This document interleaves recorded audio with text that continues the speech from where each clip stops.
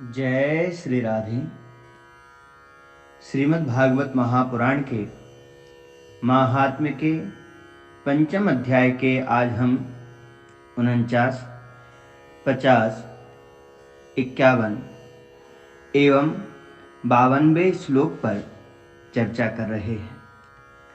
पूर्व श्लोकों में हमने श्रवण किया कि धुंधकारी प्रेत गोकर्ण जहाँ कथा कर रहे थे वहाँ पर आए और 7 ग्रंथि वाले बांस के मूल में छिद्र में बैठकर कथा सुनने लगा।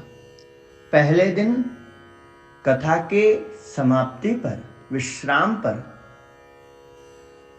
जो सबसे नीचे की ग्रंथि थी वह फट गई और द्वितीयेनि तथा सायं द्वितीय ग्रंथि भेदनम, तृतीयेनि तथा सायं तृतीय ग्रंथि भेदनम।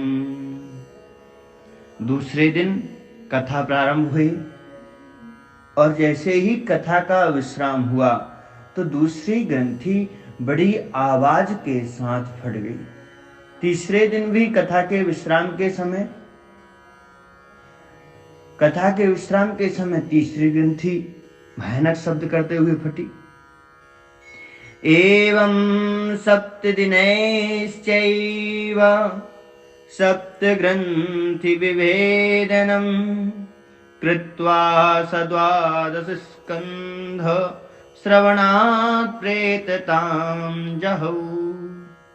एवं इस प्रकार सप्तदिनैः 7 दिनों के द्वारा 7 दिनों में सप्त ग्रंथि विभेदनम, 7 गांठ का तो वह बांस था ही, 7 गांठ फट गई।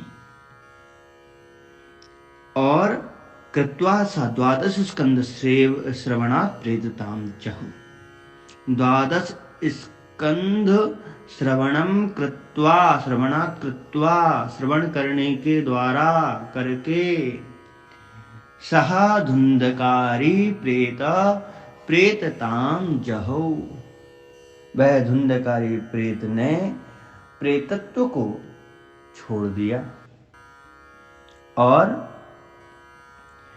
दिव्य रूप धरो जातस् तुलसी दाम मंडितः पीतवासा घनश्यामो मुकुटी कुंडलान्वितः। दिव्य रूप धरः जातः, वह धुंधकारी प्रेत दिव्य रूप धारण करके प्रकट हुआ। और ऐसे नहीं, तुलसी दाम मंडिता, तुलसी की माला पहने हुए था। पीतवासा, और पीत वर्ण के वस्त्रों का आवरण लिए था, वस्त्र पहने हुए था। घनश्यामा, जब वह धुंधकारी था तब उसका रंग कैसा था ये मायने नहीं, वरन अब जब वह प्रेतत्व को छोड़कर प्रकट हुआ तो घनश्यामा, मेघों की तरह श्याम वर्ण का हो गया, जैसे ठाकुर जी हैं। मुकुटी, उसके मस्तक पर मुकुट था और कुंडलान्विता, कुंडल पहने हुआ था। बिल्कुल सदृश भगवान श्री हरि के जैसा। ऐसा क्या था? बड़ी विचित्र बात है कि देखो ठाकुर जी की करुणा देखो कितनी है। जो ठाकुर जी की कथा मन लगाकर सुनता है, जो ठाकुर जी की कथा को मनन करता है, चिंतन करता है, निधिध्यासन करता है, उसे ठाकुर जी स्वयं अपने जैसा बना लेते हैं, सारूप्य मुक्ति देते हैं। कहाँ तो वह धुंधकारी प्रेत जिसने ना कभी माता पिता की ओर करुणा से निहारा, सेवा की तो बात ही दूसरी, वह हमेशा विरोध में ही रहता था। दूसरी बात, यह तो माँ बाप हो गए, और जो संसार को उससे कोई मतलब नहीं था, उसको बिना कारण के ही वह दुख देता था। आतताई था, लोगों के घर में आग लगा देता था। छोटे बच्चे खेल रहे होते तो उनको कुएं में गिरा देता, अंधों से लाठी छीन लेता। ये तो तब था जब वह छोटा था, और जब बड़ा हुआ तब कुत्ते पालने लगा, शस्त्र रखने लगा और राहगीरों को लूटने लगा। जंगल जाकर निरीह प्राणियों की हत्या कर उनका मांस रांधता, उसको खाता। जुआ सट्टा न जाने कौन कौन से दुर्गुण करता, और तो और वैश्याओं के पास जाता, और जब माँ बाप नहीं रहे तो उन्हीं वैश्याओं को अपने घर में भी ले आया। स्वयं को तो खराब किया ही, वह जहां रहता था आसपास के वातावरण को भी दूषित कर देता था। इतना कुकर्म, ऐसा कौन सा कुकर्म है जो उससे किए बिना रह गया हो? अर्थात सकल कुकर्म करता था, लेकिन भगवान की करुणा देखो, केवल जब उसको वैश्याओं के द्वारा मारे जाने पर प्रेतत्व प्राप्त हुआ कर्म के अनुसार, और ऐसा वैसा नहीं, महान प्रेत बना।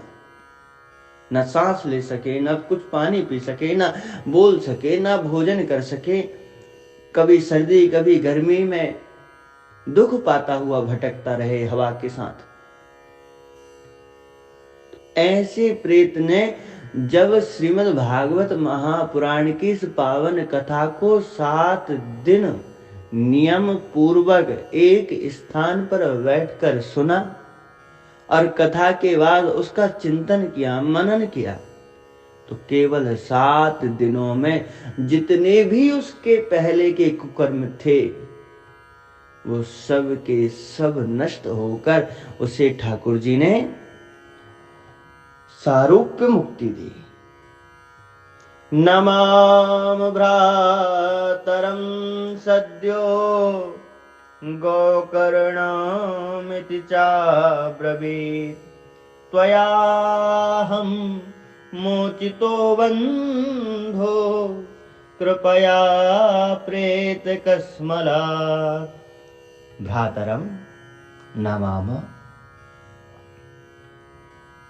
गोकर्णम इति च अब्रवीत्, गोकर्ण कहने लगे, गोकर्णम भ्रातरम सद्यो नमाम।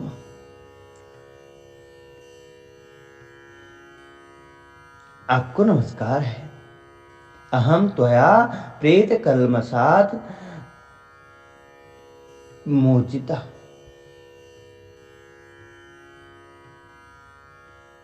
त्वया अहम कृपया प्रेत कल्मषात् मोचितो। बंधु, तुम्हारे द्वारा अहम मुझे प्रेत कस्मलाद, इस प्रेत पीड़ा से कृपया मोचितो, करुणा पूर्वक छुड़ा दिया गया।